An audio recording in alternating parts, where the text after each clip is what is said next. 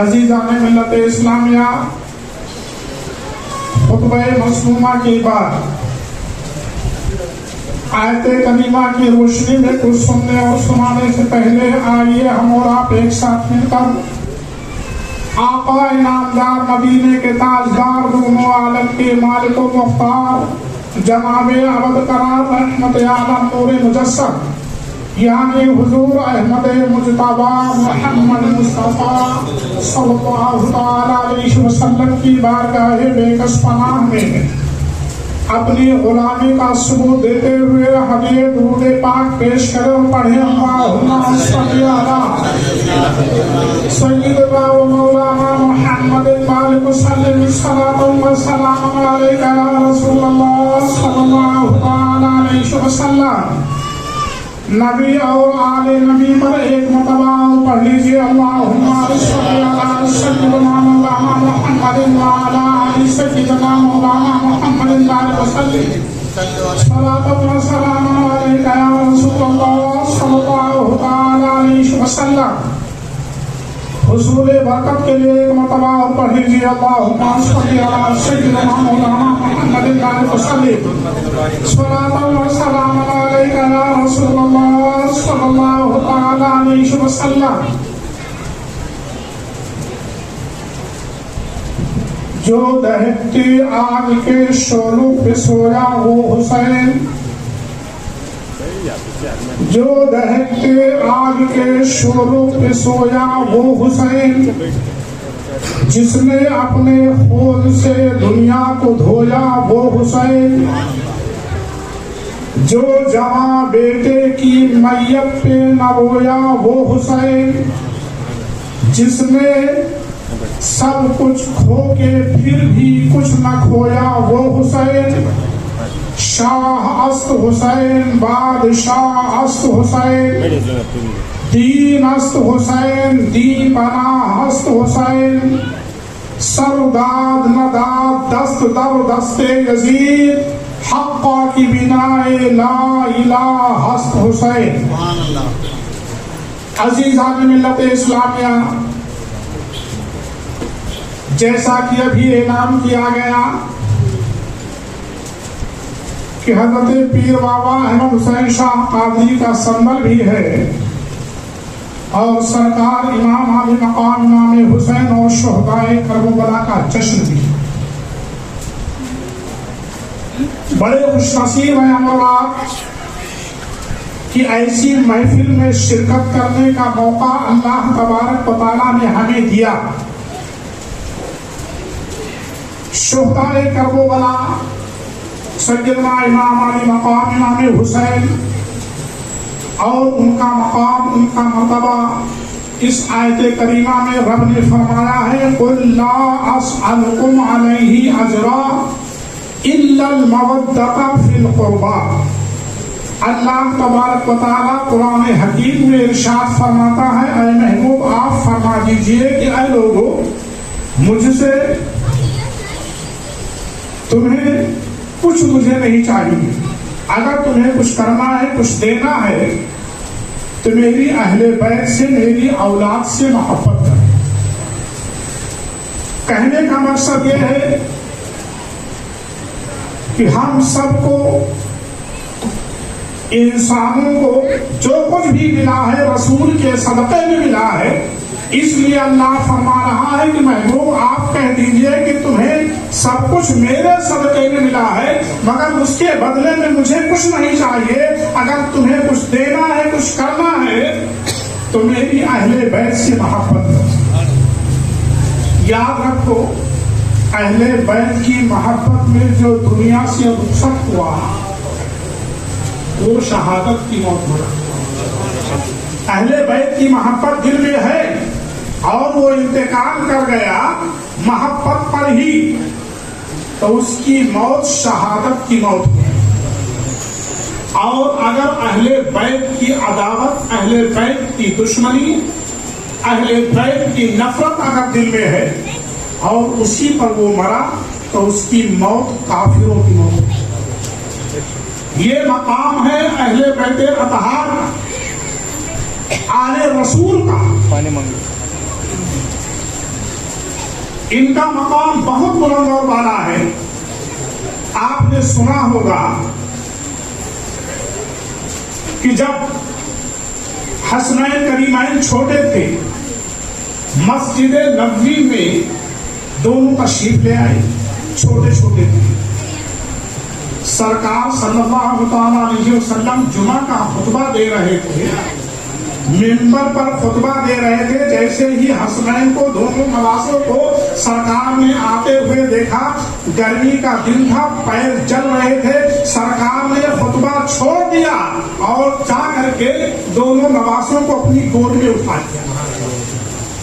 دونوں نواسوں کو اپنی گود میں اٹھا لیا اور اٹھانے کے بعد ممبر پر کھڑے ہو کر کے آپ ارشاد فرماتے ہیں, اے مومنوں یہ دیکھو یہ میری اہل بیت ہے, میں ان سے محبت کرتا ہوں.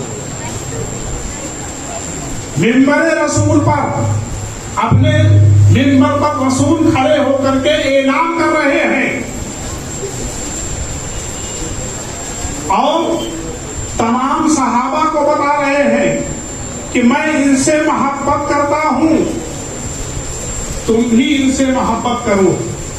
اور اس کے بعد اللہ کے پیارے حبیب نے اللہ تبارک و تعالیٰ کی بارگاہ میں ہاتھ اٹھا کر کے دعا کیا, مولا میں اپنے ان اولاد سے اپنے نواسوں سے محبت کرتا ہوں, تو بھی ان سے محبت کر.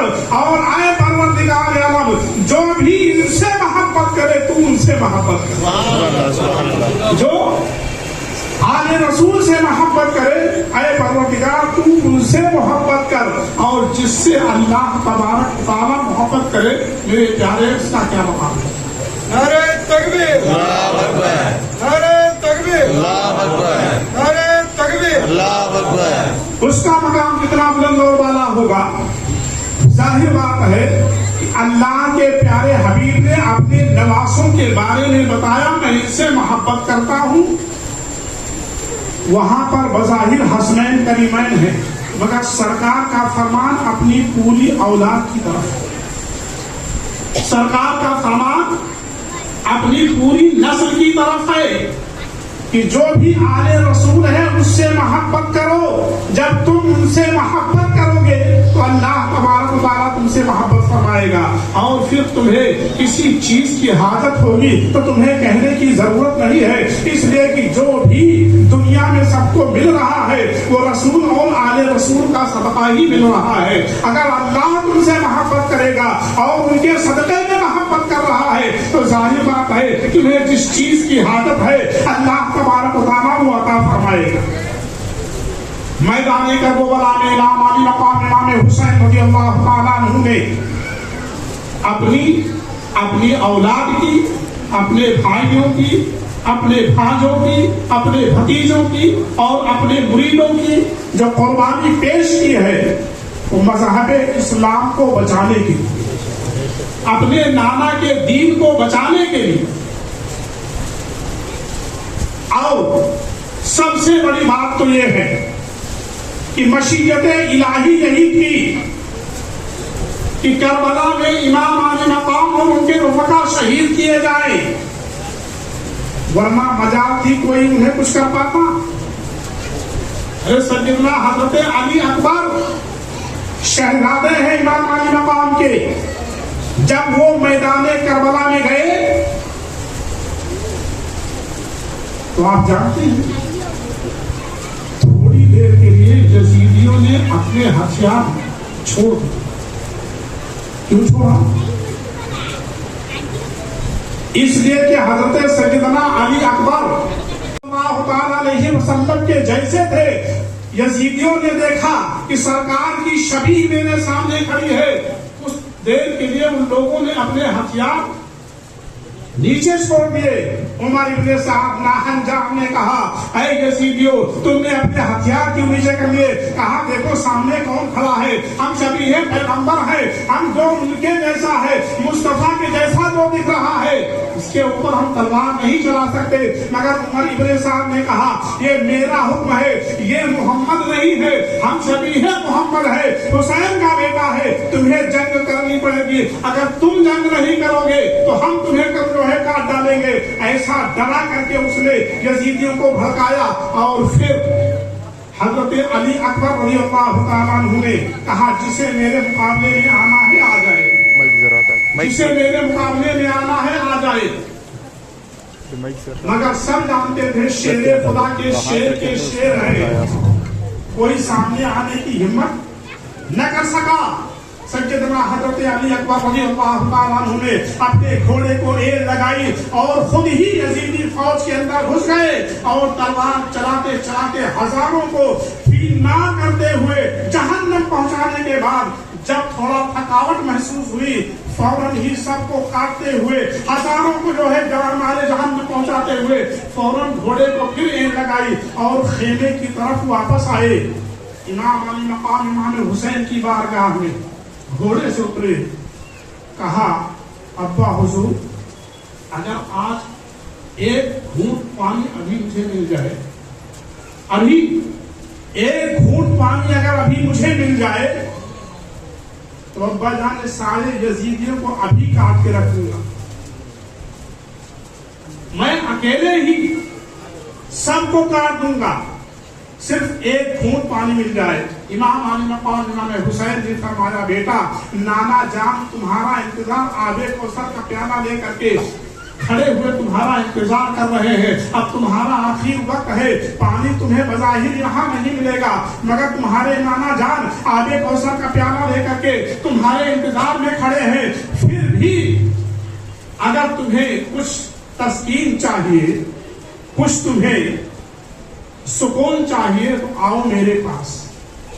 جب مجھے پیاس لگتی تھی، کون کہہ رہا ہے؟ امام علی مقام امام حسین، اے بیٹا علی اکبر جب مجھے پیاس لگتی تھی تو میں نانا جان کے پاس جاتا تھا تو نانا جان مجھے پانی نہیں پلایا کرتے تھے بلکہ اپنی زبان کو میرے منہ میں ڈال دیا کرتے تھے اور فرماتے تھے بیٹا حسین چوسو۔ میں اپنے نانا جان کی زبان کو چوستا تھا تو مجھے میری پیاس بھی مل جاتی تھی اور علم و حکمت کا سمندر بھی میرے سینے میں بھر جاتا تھا۔ آؤ تم آج میری زبان چوس لو، اللہ کے پیارے نبی کا جو ہے وہ سکون جو مجھے ملتا تھا آج تمہیں ملے گا۔ اور پھر اس کے بعد امام علی مقام نے اپنی زبان کو اپنے بیٹے علی اکبر کے منہ میں رکھا اور انہوں نے چوسا اور انہیں سکون مل گیا۔ فوراً اٹھے، اپنے ابا سے اجازت لی اور گھوڑے پر سوار ہو کر کے پھر یزیدی فوج میں گھس گئے اور پھر سب کو کاٹتے کاٹتے آخر مشیت الہی یہی تھی کہ شہید ہو، اور آخر شہید ہو گئے۔ پتا کیا چلا؟ اگر لڑائی بھی کرنا ہوتا حضرت علی اکبر ہی کافی تھے، حضرت عباس علمبردار ہی کافی تھے، حضرت امام قاسم ہی کافی تھے۔ لڑائی کرنا مقصود نہیں تھا بلکہ دنیا کے سامنے تلوار بھی چلانا تھا، اس لیے کہ مجاہد اعظم کہا جاتا، اور شہید بھی ہونا تھا کہ شہید اعظم کا لقب بھی دیا جاتا۔ دنیا کو دکھانا یہ تھا کہ بہادری میں اور جوہر میں اور شہرت میں ان کے جیسا کوئی نہیں ہے، اور شہادت میں اللہ کی رضا میں ان سے جیسا اور کوئی نہیں۔ اللہ کی رضا کے لیے، اللہ کی رضا کے لیے اپنا سب کچھ جو ہے اللہ کی بارگاہ میں جو ہے قربان کر دیا ہے، مگر اپنے نانا کے دین کو بچا دیا ہے۔ اور وہاں میدان کربلا میں سیدہ زینب ہے اور ام رباب ہے، حضرت شہر بانو ہے اور سب حضرت سکینہ ہے، اور جو اہل بیت کی جو ہے وہاں پر خواتین تھی وہ تھی، سب تھی وہاں پر۔ آپ جانتے ہیں سیدہ زینب جو ہے پکار کے کہہ رہی ہے اے اسلام کی بہنوں، اگر کبھی اسلام پر آ جائے، کبھی نانا کے دین پر آ جائے تو اپنے بھائی کو قربان کر دینا مگر مذہب اسلام کو بچا لینا۔ حضرت شہر والوں، حضرت ام رباب جو ہے سب کو جو ہے خواتین کو حکم دے رہی ہے کہ اے اسلام کی خواتین، کبھی اگر نانا جان کے جو ہے دین پر آ جائے، کبھی اسلام خطرے میں پڑ جائے تو اپنے شوہر کو جو ہے اللہ کے راستے میں قربان کر دینا۔ لینا اور اسلام کے سہاگ کو بچا لینا. اور حضرت سکینہ رضی اللہ تعالیٰ عنہا میدان کربلا سے جو ہے آواز دے رہی ہے, اے بہنوں, اگر کبھی اسلام پر کوئی آنچ آ جائے, کبھی نانا کے دین پر کوئی آنچ آ جائے, ضرورت پڑے تو اپنے سارے بھائیوں کو جو ہے اللہ کے راستے میں قربان کر دینا, مگر اسلام کو بچا دینا. پتا کیا چلا؟ میدان کربلا کا منظر کوئی ایسا نہیں ہے, بلکہ ابھی آپ نے سنا انہوں نے کیا کہا؟ محبت. اب یہ اولیاء اللہ سے محبت, آل رسول سے محبت, ان کی دیوانگی. دیوانہ تو دیوانہ ہوتا ہے, اسی لیے تو شاعر نے کہا ہے دیوانے کو تحقیر کی نظروں سے نہ دیکھو, دیوانے کو تحقیر کی نظروں سے نہ دیکھو, دیوانہ سمجھ بوجھ کر دیوانہ بنا ہے. دیوانے کو تحقیر کی نظروں سے نہ دیکھو, دیوانہ سمجھ بوجھ کر دیوانہ بنا ہے. اور دیوانے کی نظروں کو تو جہاں دیکھ رہا ہے, دیوانے کی نظروں کو تو جہاں دیکھ رہا ہے, دیوانہ خدا جانے کہاں دیکھ رہا ہے. وہ کہاں دیکھ رہا ہے تمہیں خبر نہیں ہے. دیوانگی بڑی چیز, اللہ کی بہت بڑی نعمت ہے, اس سے دور مت بھاگو. دیوانہ ہو جاؤ گے تو یقیناً دیوانہ تو دیوانہ ہوتا ہے, دیوانے پر اللہ کا کرم ہوتا ہے, اولیاء کرام کا کرم ہوتا ہے.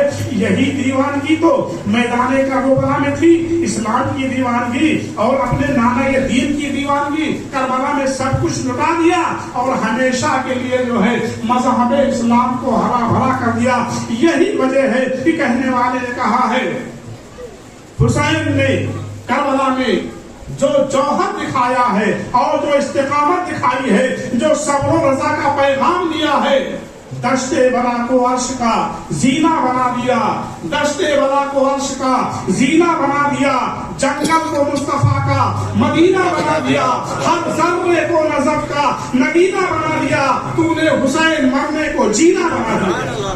یہی وجہ ہے کہ آج تک جو ہے اسلام کی ذات پر فخر کر رہا ہے. شاعر نے کہا ہے آج تک اسلام کو ہے فخر تیری ذات پر, جان دی بیعت نہ کی لیکن یزیدی ہاتھ پر, انسان کو بیدار تو ہو لینے دو, ہر قوم پکارے گی ہمارے ہیں حسین, ہمارے ہیں حسین, ہمارے ہیں حسین. وما علینا الا البلاغ. السلام علیکم ورحمۃ اللہ تعالی وبرکاتہ.